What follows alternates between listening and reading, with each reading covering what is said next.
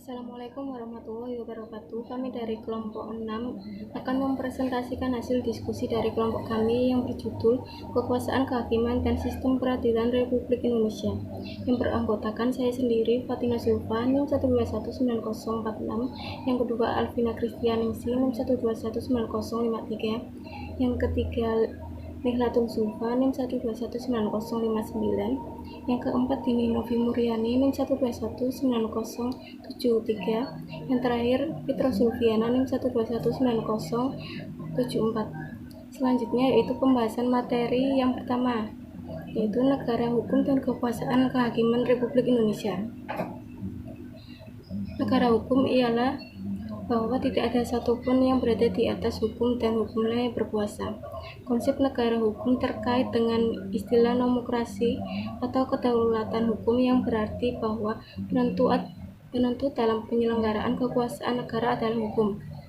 Secara historis dan praktis, konsep negara hukum muncul dalam berbagai model, seperti negara hukum menurut Eropa kontinental yang dinamakan Rechtsstaat, negara hukum menurut Angel Action dinamakan Rule of Law, konsep social legality, konsep negara hukum menurut Al-Quran dan Sunnah atau nomokrasi Islam, termasuk konsep negara hukum Pancasila di Indonesia.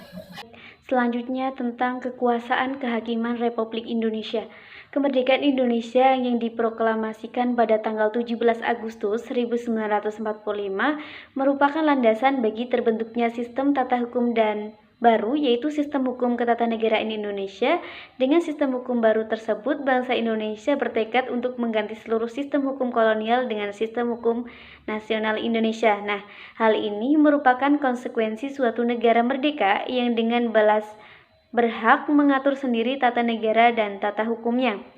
Seiring dengan berjalannya waktu, bangsa Indonesia melalui PPKI atau Panitia Persiapan Kemerdekaan Indonesia pada tanggal 18 Agustus 1945 mengesahkan berlakunya suatu undang-undang dasar yang merancangkan dari hasil karya BPUPKI yang berupa rancangan Mukodimah dan rancangan batang tubuh Undang-Undang Dasar. Nah, kedua rancangan tersebut diterima oleh PPKI setelah mengadakan pembahasan. Kemudian undang-undang yang disahkan tertanggal 18 Agustus 1945 itu dipopulerkan dengan sebutan Undang-Undang Dasar 1945.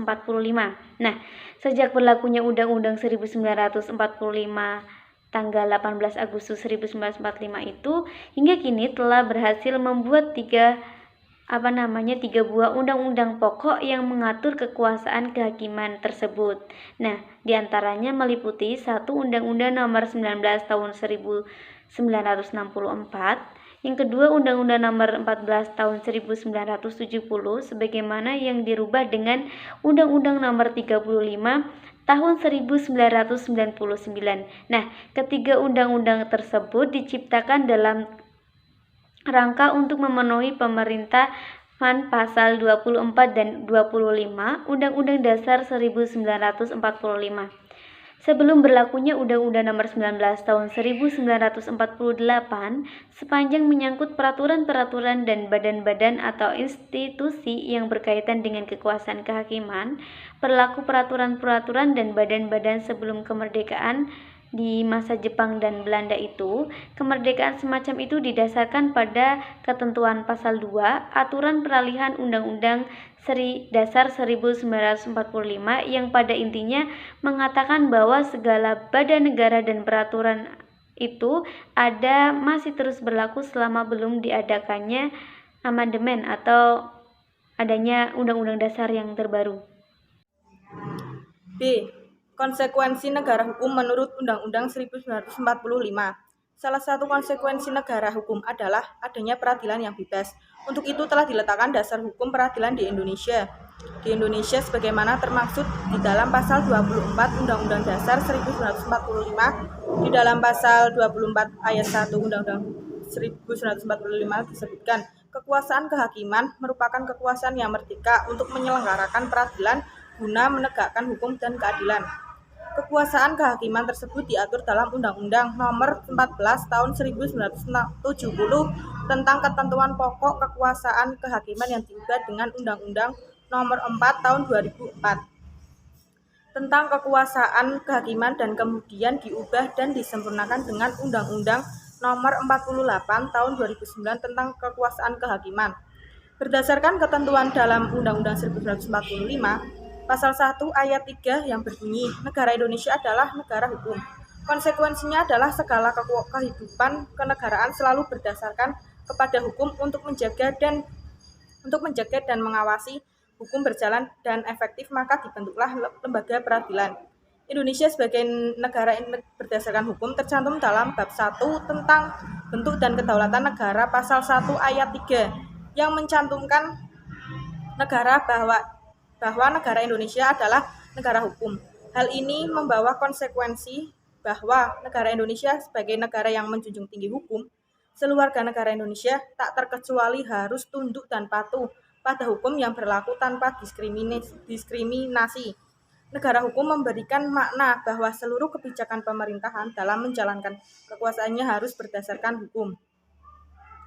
Berdasarkan ketentuan dalam UUD 1945 pasal 1 ayat 3 yang berbunyi, negara Indonesia adalah negara hukum. Konsekuensinya adalah segala kehidupan kenegaraan selalu berdasar kepada hukum.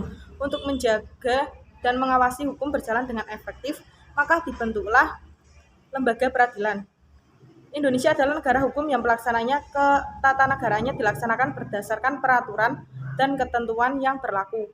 Dalam sebuah negara hukum, kekuasaan akan dijalankan oleh pemerintah berdasarkan kedaulatan hukum atau yang kita sebut sebagai supremasi hukum yang bertujuan untuk menjalankan sebuah ketertiban hukum. Supremasi hukum sendiri haruslah mencakup 3 macam ide dasar dari sebuah hukum, yaitu dasar keadilan, kemanfaatan, dan kepastian.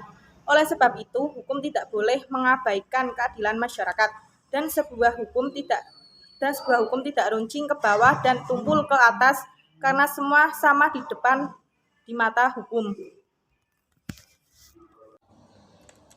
C. Penyelenggaraan kekuasaan kehakiman dan sistem peradilan di Republik Indonesia. 1. Kekuasaan kehakiman. Dalam konteks negara Indonesia, kekuasaan negara untuk menyelenggarakan peradilan dalam menegakkan hukum dan keadilan berdasarkan Pancasila. Demi terselenggaranya negara hukum Republik Indonesia, perubahan UUD 1945 membawa perubahan dan kehidupan ketatanegaraan negaraan. A. MA dan badan peradilan yang ada di bawahnya, lingkungan peradilan umum, lingkungan peradilan militer, dan lingkungan peradilan tata usaha negara. B. Mahkamah Konstitusi. Peradilan merupakan pengadilan khusus dan lingkungan peradilan agama dan lingkungan peradilan umum. UUD 1945 juga memperkenalkan suatu lembaga baru yang berkaitan dengan penyelenggaraan kekuasaan kehakiman, yaitu Komisi Yudisial. Komisi Yudisial ini bersifat mandiri, berwenang mengusulkan pengangkatan hakim agung dan mempunyai wewenang lain dalam rangka menjaga dan menegakkan kehormatan, keluhuran martabat, serta perilaku hakim. Undang Nomor 4 Tahun 2004 tentang kekuasaan kehakiman mengatur mengenai badan-badan peradilan penyelenggara kekuasaan kehakiman, asas-asas penyelenggara kekuasaan kehakiman, dan pilihan badan peradilan. Konsekuensi Undang-Undang Kekuasaan Kehakiman adalah pengalihan organisasi, administrasi, finansial, badan peradilan, badan peralihan. Pembinaan badan-badan peradilan berada di bawah eksekutif, Departemen Kehakiman dan Hak Asasi Manusia, Departemen Agama, Departemen Keuangan, dan TNI. Namun saat ini seluruh badan peradilan berada di bawah Mahkamah Agung dan Mahkamah Konstitusi. Bentuk adalah peralihan badan peradilan ke Mahkamah Agung. 1. Organisasi, administrasi, dan finansial pada Direktorat Jenderal Badan Peradilan Umum dan Peradilan Tata Usaha Negara.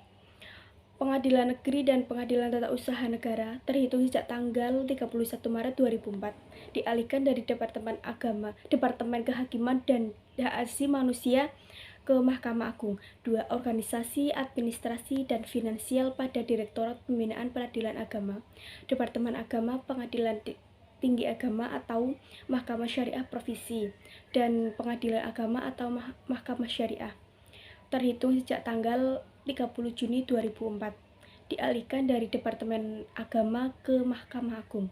Yang terakhir 3 yaitu organisasi, administrasi, dan finansial pada pengadilan militer tinggi dan pengadilan militer utama terhitung sejak tanggal 3 September 2004 dialihkan dari TNI ke Mahkamah Agung. Peralihan tersebut termasuk peralihan status, pembinaan, kepegawaian, aset, keuangan, arsip atau dokumen, dan anggaran menjadi berada di bawah Mahkamah Agung. Sekian presentasi dari kelompok kami, kurang lebihnya mohon maaf. Wabillahi taufiq wal hidayah. Wassalamualaikum warahmatullahi wabarakatuh.